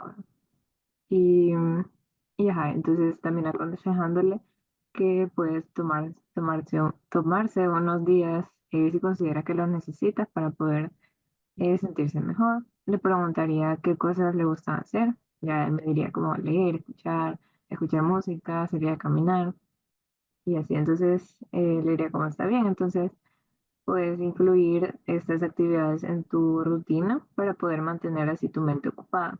Entonces aquí lo importante es buscar tu propio bienestar. También le preguntaría luego si recuerda las instituciones que le compartí a las que pueda acudir para recibir ayuda e información sobre su mamá. Y ya me diría, si no, y si no, pues hacemos una retroalimentación. Luego le preguntaría cómo se siente en relación a cómo se encontraba al inicio. Eh, ya me comentaría y si ahí evaluaría si logramos cumplir con los objetivos que establecimos. Y luego le diría, ya por último, te recomendaría que podamos darle seguimiento a tu situación y preguntarte si te consideras dispuesto a hacerlo. Y ya me diría como si necesito ayuda por la pandemia, necesito alguien con quien hablar, por decir algo. Y entonces ya yo lo referiría con un psicólogo para que pueda ahondar en temas más profundos, como son los sentimientos de culpa que estaba sintiendo, su impotencia, su pérdida del control, su sensación de pérdida de control ante la situación y su mamá, y para que el psicólogo pueda guiarle en el afrontamiento de esta situación y trabajar como en aquellos pensamientos intrusivos o distorsiones cognitivas que está presentando. Ya eso, gracias. De acuerdo, excelente, Valeria, muchísimas gracias. Vamos entonces a continuar. ¿Alguna duda, alguna pregunta con respecto a este proceso de finalización? ¿Alguna otra cosa que quieran comentar? Pues estamos bien así.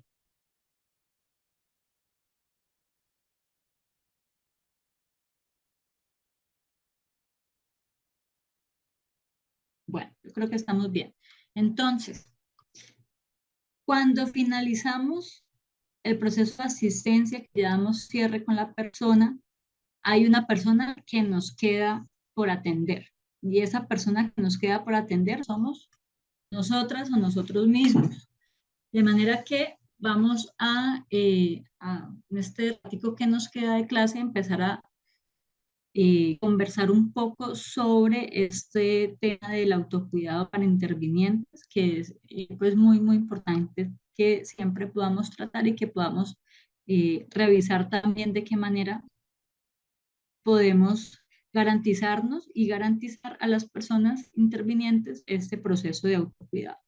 Entonces, decimos, nos preguntamos mejor, ¿hay riesgos por intervenir, por hacer un acompañamiento en primeros auxilios psicológicos? Entonces, podemos decir que el hecho de que estemos en contacto con personas que hayan sobrevivido a una situación traumática o a un incidente implica siempre que nosotros que estamos en este proceso de intervención y de acompañamiento, pues también nos confrontemos y nos enfrentemos a una serie de situaciones. ¿Listo? Entonces, generar este contacto continuado con el dolor profundo de otras personas puede hacernos preguntarnos o hacernos generar pues algunas dudas con respecto a nuestras propias vidas. Ejemplo, que se nos pierde la noción, digamos, de esa sobre el control de nuestra vida. La conciencia y la presencia de la muerte como un factor que genera algunas situaciones y que genera dolor en nuestras vidas, pues como que de pronto cobre otros significados o que nos haga pensar sobre eso, ¿cierto? También de pronto enfrentarnos a alguna situación de alguna persona que sea algo muy fuerte o que algo que jamás nos hubiéramos pensado, probablemente nos haga entrar como en un bucle de pensar, esto también me puede suceder a mí, esto también me puede suceder a mí, y empezar a tener algún tipo de pensamientos o ansiedad con respecto a esta posibilidad, ¿no? Como constatar que hay sucesos traumáticos que no pueden ser reparados o que van a dejarnos una afectación total para toda la vida, para mí y para las personas que están a mi alrededor. Entonces, esto me puede enfrentar también a muchos sentimientos y a muchas emociones. Y una de las cosas que también genera mucha afectación es cuando acompañamos a personas que han sido víctimas de delitos violentos y darnos cuenta de todas estas consecuencias, ¿no? La capacidad de hacer daño que tienen algunas personas. Esto es algo que a veces no pensamos a profundidad o que no estamos, digamos, acostumbrados a ver este tipo de cosas. Por ejemplo, yo que trabajo y he trabajado atendiendo a mujeres víctimas de violencia machista o de violencia de género, y que he trabajado con mujeres que han sido víctimas de trata de personas y prostitución. Recién yo empecé a trabajar en eso y que estaba pues como con muy poquita experiencia y conocimiento, me sentía muy abrumada con las cosas que me contaban las mujeres y con las cosas que yo veía que pasaba con esas mujeres. Poco a poco, pues que ya fui estudiando más y obteniendo más experiencia, como que no es que me deje sorprender, pero sí es esta sensación de qué capacidad de daño tienen las personas, qué capacidad de daño. Y en este entorno de trata de personas y prostituciones, no solo la capacidad de daño que tienen las personas, sino la capacidad de las personas de ignorar que hay un daño que se genera sobre estas mujeres. Entonces, como que eso me generaba muchas emociones, mucha frustración, muchas cosas en el proceso pues, de trabajo con ellas. Claro, yo trabajaba sobre todo desde un acompañamiento psicológico, terapéutico, pero digamos que son cosas que una se enfrenta también.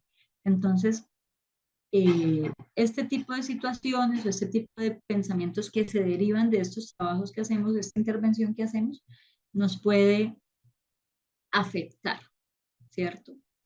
Y que es necesario que siempre pensemos, como les decía ahora, en nuestro propio bienestar y cómo vamos a buscar también recuperar cierto equilibrio después de haber acompañado a una persona que estuvo enfrentando pues una situación de crisis. Entonces aquí podemos hablar de un concepto, vamos a ver algunos conceptos. El primero de ellos es este concepto de la traumatización vicaria.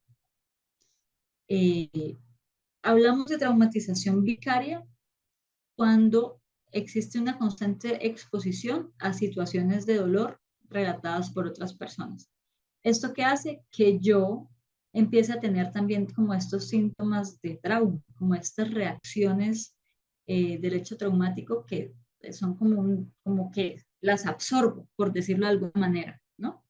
Entonces absorbo esas reacciones a partir de ese suceso que yo estoy acompañando y que puede ser una situación muy constante, que trabajo todos los días en eso, o que fueron muchos días en una situación de emergencia donde constantemente estuve trabajando con personas. Entonces me puede generar este proceso. Nos pasa también porque conectamos con nuestras propias experiencias de dolor o porque reproduce síntomas del hecho vivido, aunque no haya sido directamente que nos haya pasado a nosotras o a nosotros. Entonces, este concepto de traumatización vicaria muchas veces se sufre, a veces es complicado de identificar, y esto pues puede confundirse también pues como con un exceso de empatía, ¿no? Es que soy demasiado empática y entonces por eso siento así y tal. Pero puede ser un efecto, digamos, adverso o que se puede dar a partir de este trabajo que hacemos cuando atendemos a personas que han estado en situación de crisis. Ajá, que nos comparte Lisbeth. El proceso de autoconocimiento puede ser similar al tema de las alergias. No sabemos que somos alérgicos hasta que estamos expuestos. La experiencia nos va enseñando. ¿Sí? Sí, sí, efectivamente. Y en la medida que también vamos reflexionando al respecto, ¿no? Y vamos conociendo nuestros límites, no necesariamente haber vivido una situación similar, sino, o igual, sino las propias experiencias de nuestra vida nos va diciendo con qué tipo de personas yo prefiero trabajar, con qué tipo de personas yo estoy dispuesta a trabajar, ¿cierto? Eso nos va pues dando unas luces con respecto a cómo vamos haciendo ese proceso.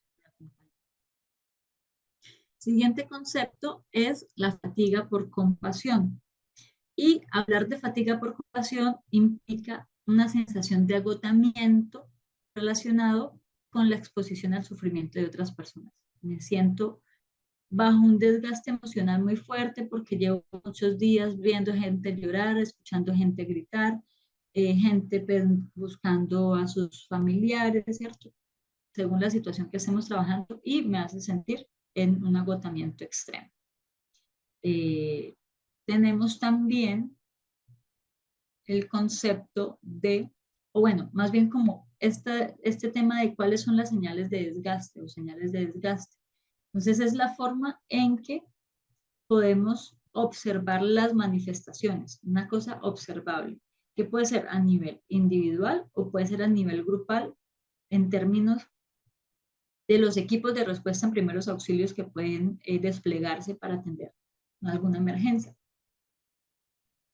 o alguna situación. Entonces, son manifestaciones, como les digo, observables que pueden darse a nivel físico, a nivel mental, emocional, existencial, espiritual y relacional.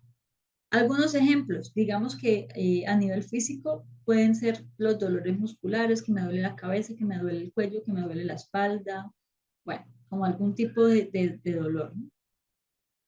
A nivel emocional, pues como este tema de la fatiga, de sentirme abrumada por todas las situaciones que van pasando. Un ejemplo de existencial es como empezar a hacernos preguntas muy filosóficas, por mencionarlo de alguna manera, ¿no? Como, ¿y ahora qué va a pasar con mi vida después de esto? ¿Será que a mí también me va a pasar lo mismo? Como preguntas muy de ese tipo, como no únicamente en lo reflexivo, sino algo que sentimos que nos impacta muchísimo en nuestra vida. A nivel espiritual, les cuento una anécdota que me pasó a mí para retratar este tema espiritual, y es que cuando yo estaba en 11, que es el último grado que se estudia en el colegio, generalmente se hacen unos retiros, ¿verdad? Unos retiros espirituales o como una especie de paseo. Hicimos este viaje con los compañeros de salón para hacer los retiros espirituales y de camino se nos ha incendiado el bus. El bus se prendió en llamas, nos tocó bajarnos en plena carretera, eran como las 10 de la noche, o, bueno, era muy tarde en la noche. Alcanzamos a bajar algunas cosas, pero pues el bus se quemó y hubo gente a la que se le quemó la ropa, gente que no pudo recuperar pues cosas que llevaban y demás. Y en ese momento a mí y a otras compañeras se nos ocurrió pues hacer un cuestionamiento a Dios, las que en ese momento teníamos alguna creencia religiosa. Dios, pero ¿por qué no? Si yo soy tan buena persona. Estábamos muy chiquitas, ¿no? Estábamos entre los 15 y 16 años. Es como que surgen estas preguntas, son cosas que pueden surgir cuando estamos expuestas a un tipo a este tipo de situaciones, ¿no? Como de crisis de las otras personas, lo que hemos venido hablando. Entonces, para retratar un ejemplo allí con respecto. Podemos hablar también de los factores protectores. Y aquí ya vamos entrando un poco más en el tema de cómo hacemos este ejercicio de protegernos, ¿no? Protegernos cuando somos intervenientes. Entonces, ¿qué son los factores protectores? Las prácticas, los recursos, las habilidades que me posibilitan a mí conservar e incrementar los niveles de salud mental. Es decir, cómo yo me mantengo equilibrado o digamos que puedo darle manejo a ese conjunto de emociones. No significa que yo las esconda, ¿cierto? No significa que yo me haga la loca y haga como que no están ahí, no. Es como le doy gestión a esas emociones, sentimientos que pueden surgir del proceso y que yo utilizo herramientas para justamente sostener ese nivel de salud mental. Exacto, no es reprimir, no es reprimir. Reprimir, toda la vida hemos sabido que nos ha generado más problemas, ¿no? Entonces es cómo hago yo esa gestión emocional, cómo me permito yo sentir eso que estoy sintiendo y que me permite abordar de manera positiva eso que estoy sintiendo o eso que está pasando por mi cuerpo, por mi existencia. Hablamos entonces de unas acciones de cuidado. Las acciones de cuidado tienen que ver con contar con una noción muy clara de nuestras necesidades y de nuestras potencialidades. Aquí volvemos a lo que hemos insistido tanto todos estos días en clase y es el tema del autoconocimiento. Tener esta noción clara de las necesidades y de las potencialidades me va a hacer más fácil plantear cuáles son esas acciones de cuidado que yo voy a emplear, que pueden ser en lo físico, en lo emocional, en lo mental, los mismos pues que trabajamos ahorita, existencial, espiritual y relacional, porque son las áreas que pueden verse afectadas, ¿cierto? Entonces, es en la medida que hago este reconocimiento de mis necesidades y mis potencialidades, voy a tener más facilidad de plantear estas acciones de cuidado. ¿Listo? Va a ser mucho más fácil identificar qué me sirve, qué no me sirve, o qué me ha servido antes, qué ha sido, o qué me sirvió antes que yo ahora ya no quiero implementar, o que tal vez piense que en este momento de mi vida no me vaya a funcionar. ¿Sí? Todo eso hace parte de ese proceso de autoconocimiento que hacemos. Bien. Autocuidado. Autocuidado. Entonces debemos asegurarnos de que estamos en capacidad. Estar en capacidad significa que yo soy consciente de qué puedo hacer en ese momento con mis circunstancias actuales. Si yo estoy pasando una situación crítica en mi casa que me tiene desbordada emocionalmente o estoy enferma, tengo gripa, ¿cierto? Tengo algún tipo de situación médica o de salud que me restringe o que me quita la posibilidad de comunicarme o de movilizarme fácilmente, pues no estoy en condiciones óptimas para acompañar a alguien que lo necesite, ¿cierto? Entonces, debemos asegurarnos que en todas nuestras dimensiones estamos en capacidad. Esto nos va a permitir pues hacer la intervención de manera adecuada, pero también es un ejercicio de autoprotección o de autocuidado, saber que por eso es tan reiterativo el tema del autocuidado y del autoconocimiento, porque es indispensable para que podamos hacer nuestro trabajo pues, de manera correcta. Listo. Ahora,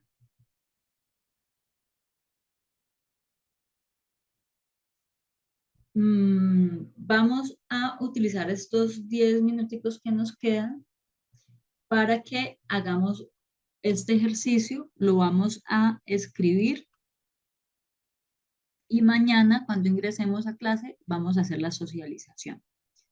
Entonces, ¿qué vamos a hacer? Vamos a identificar cuáles son sus habilidades y cuáles son lo que ustedes podrían considerar como vulnerabilidades. ¿Listo? Vamos a identificar si hay alguna situación que me agrada o situaciones que nos molestan. Evaluemos cómo nos sentimos respecto a las diferentes situaciones que puede experimentar o que podemos experimentar mientras probemos primeros auxilios psicológicos. Entonces, vamos a identificar habilidades, vulnerabilidades, situaciones que nos agradan o que podemos manejar fácilmente y situaciones que nos molestan o que nos supondrían un reto. ¿Listo? Entonces, vamos a pensar luego cómo hacemos frente a esas situaciones que nos desagradan. Vamos a registrar esos malestares, cómo los podemos, digamos, gestionar. ¿Cómo gestionamos esos malestares? ¿Listo? Vamos a pensar en qué circunstancias necesitaríamos tomar un descanso, en qué circunstancias necesitaríamos ingerir algún alimento o buscar algún tipo de apoyo médico, emocional o psicológico. Y vamos a pensar también en actividades de respiración, deporte, meditación, ejercicios que ustedes utilicen y que les genere bienestar y disfrute. ¿Está claro el ejercicio? Bueno, ya nos quedan 5 minutos. Dice, por ejemplo, una mujer embarazada tiende a tener su estado de ánimo como a la defensiva, muy emotiva, diferente. No estaría en condiciones de brindar algún tipo de apoyo emocional. Bueno, allí pues hay unas situaciones biológicas, ¿no? Que se dan en la etapa de embarazo que por el tema de las hormonas y demás, pues pueden generar algunos cambios. ¿Cómo lo definimos? Si está en condiciones de apoyo o no, lo define la mujer que haya hecho su proceso de autoconocimiento. Yo no pienso que el estado de embarazo sea una cosa restrictiva, a menos que hayan situaciones pues que realmente te generen pues como el impedimento, ¿no? Entonces siempre la respuesta va a estar en el autoconocimiento. Me pueden repetir, listo. Vamos a identificar, vamos a pensar, hacer una autoevaluación sobre lo que nos podría suceder en términos de el acompañamiento que vamos a realizar en algún momento de nuestra vida, ¿verdad? Porque para eso nos estamos capacitando. Entonces vamos a identificar, anoten, vamos a identificar habilidades que tengamos. ¿Listo? Habilidades. Vamos a identificar como situaciones de vulnerabilidad. Por ejemplo, ¿qué puede ser una vulnerabilidad? Que yo odio los gritos, que me genera mucha incomodidad los gritos. Entonces puedo ponerlo allí. Entonces vamos a identificar cuáles son las situaciones que me generan, digamos, estar en tranquilidad para cumplir mi labor y vamos a pensar qué cosas pudieran suceder en ese entorno de aplicación de primeros auxilios psicológicos que me generen molestia. Y vamos a pensar cómo nos sentimos con respecto a esas posibilidades que pueden existir. Entonces vamos a pensar, una vez tengamos ese marco, vamos a identificar cómo hacemos frente a las situaciones que nos desagradan, como a esos retos que nos podemos enfrentar. ¿Listo? Vamos a pensar cómo podemos registrar y visibilizar esos malestares. ¿Qué nos pueden generar esos malestares? Y, asimismo, ¿de qué manera yo me puedo dar cuenta que necesito descansar, que necesito ingerir algún alimento, que necesito algún tipo de apoyo médico, emocional o psicológico? Y por último, vamos a identificar o vamos a hacer una listica sencilla de qué actividades yo puedo implementar para mí misma para hacer ese proceso de autocuidado, como actividades de respiración, no, que es que yo hago tal deporte, yo salgo a correr en la mañana, no, yo hago yoga o hago ejercicios de meditación, o qué actividades ustedes hacen para encontrar una sensación de bienestar, cosas que ustedes disfruten hacer y que podamos utilizar como herramientas para la recuperación de nuestro estado emocional o de ese bienestar emocional. ¿Bien? ¿Queda claro?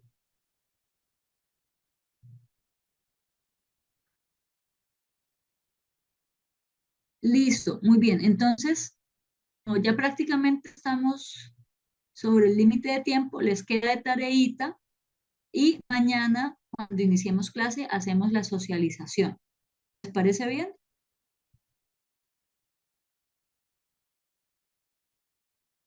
Listo, listo, perfecto. No sé, Isabela, si tengas que dar algún tipo de aviso parroquial, si no, pues podemos dar por terminada la clase el día de hoy. No, igual como al principio de la clase lo mencioné, las personas que están interesadas en el certificado, en el chat de aquí de la reunión, dejen mi WhatsApp para que se comuniquen conmigo. Recuerden que este diplomado finaliza el día 21 de marzo, para que estén súper pendientes. ¿Listo, profe? Perfecto. Feliz noche para todas, para todos. Descansen, hagan la tareita para que mañana podamos conversar. Saludos a todos. Muchas gracias, gracias, profe, gracias a todos. Y nos vemos el día de mañana a la misma hora, a las 7:30 de la noche, hora Colombia. Muchas gracias, profe. Feliz noche. Gracias, profe.